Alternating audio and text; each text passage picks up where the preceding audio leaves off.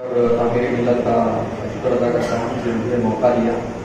दिल में तो गुस्सा बहुत था कि जैसे जब्बार साहब की बातें सुन के और अफजल साहब की बातें सुन के थोड़ा सा ठंडा हुआ। और उसके बाद रहीम भाई की बात से मैं बिल्कुल सहमत हूँ। चेंज ऑफ लीडरशिप होना इस बार जरूरी है। चाहे हमें मतलब कोई जीते या ना जीते हमारा लीडर, लेकिन किसी का गुलाम नहीं होना चाहिए। ये हमें सोचना और देखना जरूरी है। पहली चीज लीडर चेंज ऑफ लीडरशिप क्यों चाहिए? चेंज ऑफ लीडरशिप इसलिए चाहिए ताकि हमारी कौम जो संघ के लोन लेके अगर लोन चुका नहीं सकते तो किसी गैर मुल्क के पास ना जाना पड़े, इसलिए चेंज ऑफ लीडरशिप चाहिए।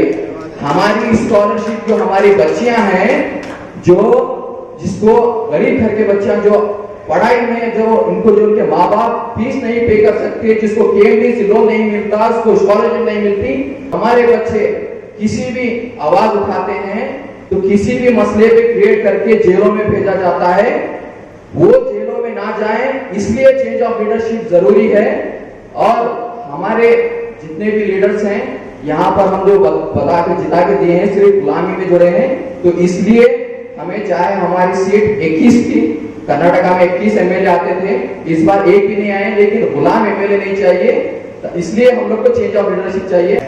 मोदी पटेल नदी साहब की बात को दोहराते और जवाहर वल्लभ साहब भी बोल रहे थे कि 18,000 वोट गुलबर्गा नॉर्थ से कट हुए हैं। आपकी नॉलेज में लाते हुए 18,000 वोट नहीं कट हुए हैं, 45,000 वोट कट हुए हैं। उसको मैं आपको ईयर वाइज भी बोल सकता हूँ, मंथ वाइज भी बोल सकता हूँ। 2022 दिसंबर का, जनवरी से दिसंबर तक का बोल रहा हूँ आपको मैं कि 19,000 चिल्लर वोट सिर्फ इस साल कट हुए हैं। उसके बाद अगर मैं 2018 से 2021 तक बात कर रहा हूँ तो वहां पर भी 22-23,000 वोट कट हुए हैं। ये आरटीआई रिपोर्ट, मैं आरटीआई डाला था कॉर्पोरेशन ने, उसकी रिपोर्ट बता रहा हूँ कि 45,000 नॉर्थ से वोट कट हुए हैं। लिहाजा उसके ऊपर ध्यान देना जरूरी है। वोट कम है हमारे, ज्यादा है वो बात की बात है। वोट हमने कई सारे कैंप किए, हमारे वोट को एनरोल भी नहीं किया गया। वहां पर हम देख रहे हैं कि दूसरे लोग चंदू पार्टी की तरफ से अगर वहां पर कैंप डाले जा रहे हैं तो बराबर वो वोट और आईडी कार्ड उनके घर तक पहुंच रही है। हम अगर एनरोल कर रहे हैं तो हमारा कार्ड नहीं बन रहा है। इसके ऊपर हमारे देखना है। और रही बात लीडरशिप को बढ़ाने की बात कर रहे थे, मैं मेरी ही मिसाल, मेरे वार्ड की मिसाल दे रहा हूँ कि मेरे वार्ड में गलत इंफॉर्मेशन देने की वजह से सामने वाले डिस्क्वालीफाई हुए। वहां पर कोर्ट ने सेकेंड को विन दिया, यहाँ तक सही था। उसके बाद हाईकोर्ट में मैं जब यहाँ पर रिटर्निंग ऑफिसर के सामने ऑब्जेक्शन डाला कि उसकी एज ये नहीं हो रही, वो कैंडिडेट यहाँ पर रिजेक्ट होना चाहिए, उस टाइम कांग्रेस वहां पर खामोश रही, कांग्रेस वहां पर कुछ नहीं बोली।